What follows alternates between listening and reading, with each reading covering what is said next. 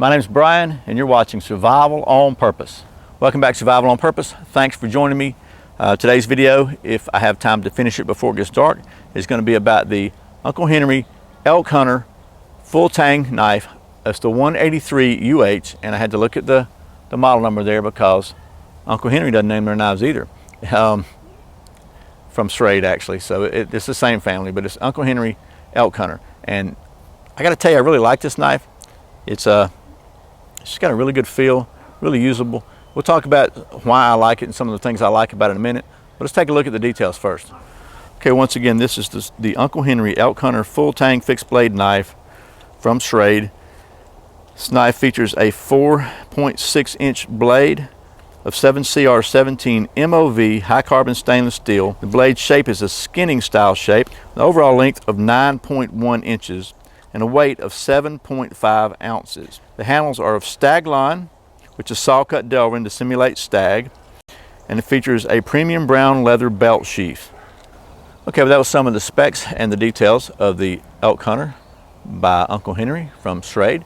And again, as I said, I really like this knife. It has got just a really good feel in your hand. It just fits really well. It's got a nice fit and finish. I like this upswept blade profile here, and it looks like kind of a flat grind. I don't think it doesn't feel to me like a hollow grind, but it's got a nice sweep on it for skinning and anything else you need to do with it. And it's kind of reminiscent of maybe a Nesmuk, sort of maybe, but it's more of a traditional Skinner, I guess. It's got the nice brass bolster there and the stag line handles, and I actually looked up what stag line was, and I'm going to read it to you. It is saw cut delrin to simulate stag, shockproof and unbreakable. I've got my doubts about the unbreakable part. I can break stuff, but let me show you. It's got a nice little lanyard hole here. It's got a really good feel in your hand, and I kind of like the traditional leather sheath. It's nothing fancy, but it is absolutely just old school traditional, and it fits this kind of knife really well because this is the kind of knife I think that's just very traditional. So just to snap in there like that, and there you go. Nothing fancy at all, but it rides really well on your belt and easy to get in and out. So nice little sheath. So I think I might have rambled just about enough for a while. Let's go ahead and give you kind of some different angles of this thing. But let's go ahead and see how well it does some of that knife stuff. Okay, Uncle Henry Elk Hunter. I thought we'd do something a little different. I showed you I like the sheath. Great. It's kind of a skinning style blade. Got some pretty thick leather here. Now obviously this is not, at all close to the same consistency as a freshly killed animal, but it'd be worth at least seeing how well this thing does. So we're just going to try to freehand some.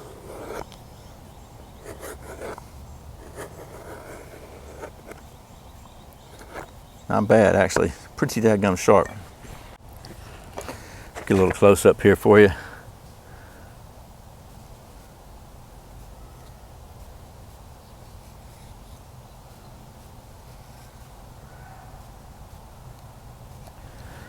Okay, so I thought maybe I would also try a technique I've seen done, and we'll how to carve some lacing. And I'm going to try to freehand this, which is not the preferred way of doing it, but we're going to see. And here's what I saw this done, so we're going to try it together. Okay, so the general, I guess, the objective here is you get your knife stabbed in pretty good, and you want it to have your blade in a solid place, and then you can take your hand and you can guide it around and start. And you see what I've done, I've got it too straight up, so let me get it down where you got more of an angle. That way it gets a little better slicing done. Okay, and then let me get my hands out of the way. Honestly, this is the very first time I've ever tried this, so we're learning together. Key is if you can go in a circle, and the object is just to make a spiral with the lacing, the width, each progressive turn, the width of the lacing you're trying to make. So probably can't see anything from my hands, by the way, so let me see if I can lower this down. Got my hand in the way, of course. Probably should have put the camera on the other side. Let's try it this way. pulling like so, and just turning the work as you go. Actually, this is working a lot better than trying to push it. Just pull the rawhide. Well, don't pull your hand against the blade though. That would be very, very, very bad. So,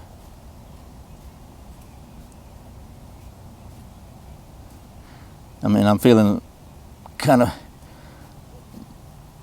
a little apprehensive here because my thumb is so close to the blade right here. So, and that's probably not the most wise thing to do, but I'm trying to do this for the video where you can see it on camera.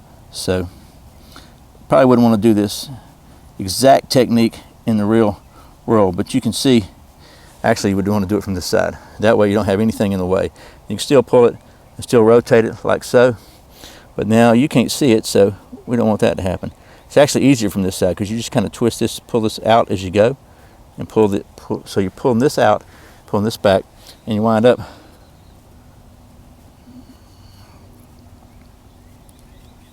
with a pretty decent sized piece of rawhide here. Lacing, it's pretty strong. I mean, if you take your time and do a better job than I did, you have a good piece of lacing. But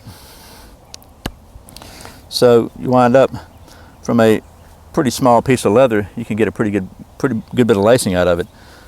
So hopefully this little tip maybe showed you something you haven't seen before. I thought I'd try it. I'd never done it before. Okay, so that was something a little bit different I thought we'd try. Make a little rawhide lacing here. Pretty decent. Well, the next thing I think we might want to do is go ahead and do a little bit of chopping here. I got some red cedar. I'm going to do a little chopping with this thing and just see how well it does. Again, this is not really a big chopper, but we'll give it a shot. And this is some hard stinking wood too. You can see. It's not my usual. You can see how hard that is, right? Just to give you just as a comparison, here's some poplar.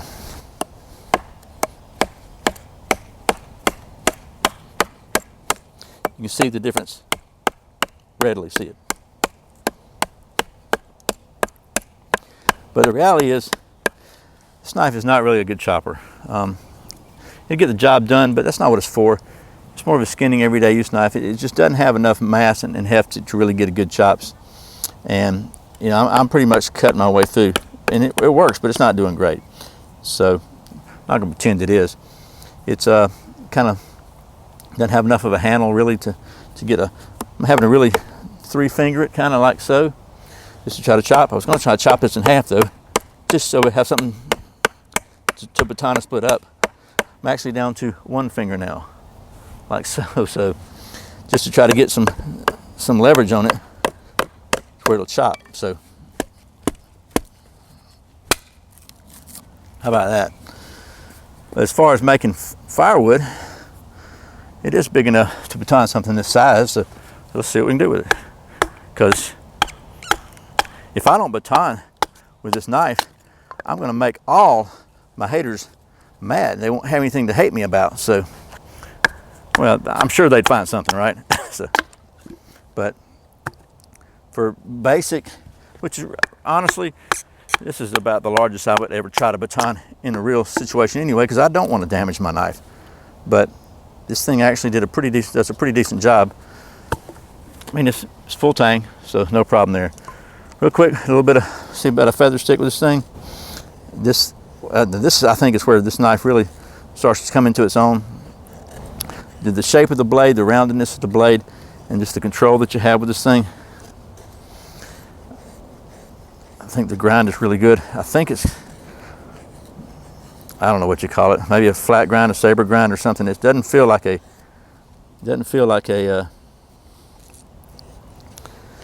hollow grind to me. But I'm not a grind expert. I'm not an expert much of anything, to be honest with you. And I'm a pretty decent plumber. And I can generally get a fire going. So, focus. Not too bad. Standard stuff, right? Not a big deal. You would hope you can carve a feather stick with a sharp knife, right? It is getting dark pretty quick though, so try real quick. One more thing. I'm gonna take my homemade ferro rod here, and we're just going to scrape right off of that. See if this thing works like it's supposed to. So I'm looking at a really good 90-degree spine here. This thing's doing a great job of scraping the fat wood. A little bit more on the other side. And this is some pretty hard fat wood. This is not good and soft stuff. This is a pretty hard piece of fat wood here. So make a little pile here and see how well it does the ferro rod part of it. I really got no doubts.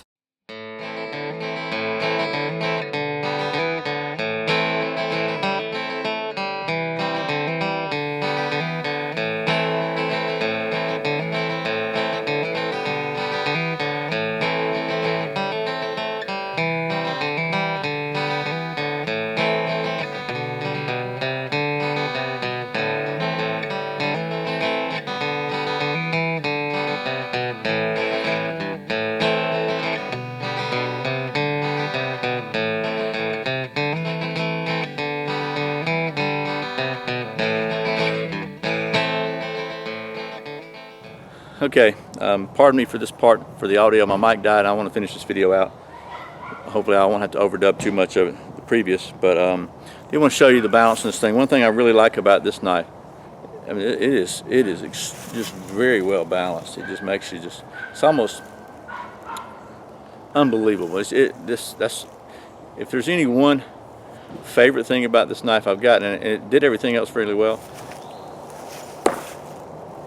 Okay, well, that is the very well balanced, extremely handy Uncle Henry Elk Hunter's full tang knife, the 183 UH from the folks at Schrade and Uncle Henry. Once again, I'd like to thank the folks at Uncle Henry and Schrade for sending me this knife so I could show it to you. And I like it a lot. As you can see, it is very well balanced. It just fits your hand really, really well. Did a great job on pretty much every task. It's just a good all-around style blade and size blade. I think it'd be, if you're looking for just a handy all-around camp knife, you won't go wrong with this. I'm not sure about the price. It'll be down below. So there you go. As always, thanks for watching Survival on Purpose. Thanks for subscribing. Thanks for clicking that like button. Let Google know you like it, for sharing it with your friends. Be sure and check out, by the way, the mystery video link there. Maybe something you hadn't seen before. And if you want to support the channel financially, please check out the Amazon links below. Thanks for clicking those. Thanks for watching all those ads. I really appreciate it. Just thank you, thank you, thank you. Once again, my name's Brian. You're watching Survival on Purpose. Remember, survival's not an accident, so be prepared. See you next time.